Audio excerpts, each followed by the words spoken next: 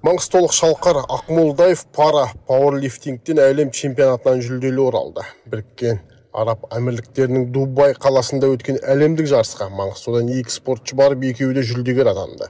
Шалқар Ақмолдаев қола жүлдегер атанса, Ғани Естеміров қазанда Қытайда өтетін Азия ойындарына жолдама жеңіп алды. Жаңаөзендік Шалқар Ақмолдаевты спортқа деген құштарлығы 3 жыл бұрын пара пауэрлифтингтен әкелген.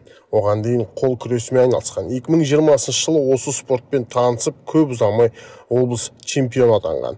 Кейін республикадан алтын алып, ел құрамасына кірген. Ал бұл оның алғашқы әлем чемпионаты. Жастар арасындағы жарыста 80 келіде сынға түскен Шалқар 115 келі зілтемір көтерген. Әрине, жүлде оңай келмепті. 5 адам болды. Сол 5 адам арасында жарыстық.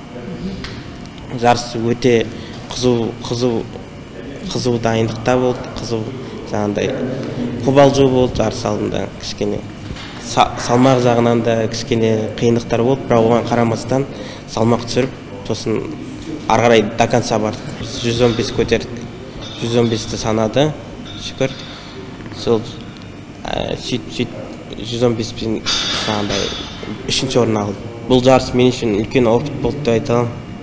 Дубайдағы жылдың басты жарысында 81 елдің 500-ден астам спортшысы өнер көрсеткен. Чемпионаттан бұрын Қазақстан құрамасы Грузиядан оқу-жаттығу жиындарын өткізген. Оның да әсері тиді. Өткені әлемдік додаға алғаш қатысқан спортшы үшін ол да тәжірибе болды дейді Шалқардың бапкері.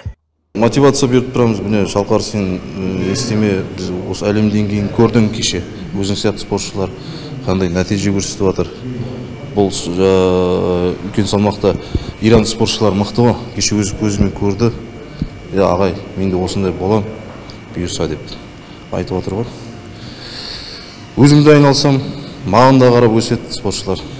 Шалқардың спорттағы басты мақсаты әлем чемпионы болу, бірақ білімді 2-ші орынға қойған емес. Қазіргі таңда ол Есенов колледжінде IT мамандығы бойынша білім алып жүр. Жасұлан Мұқан, Сұңғат Көнебай, Ақтау Ньюс.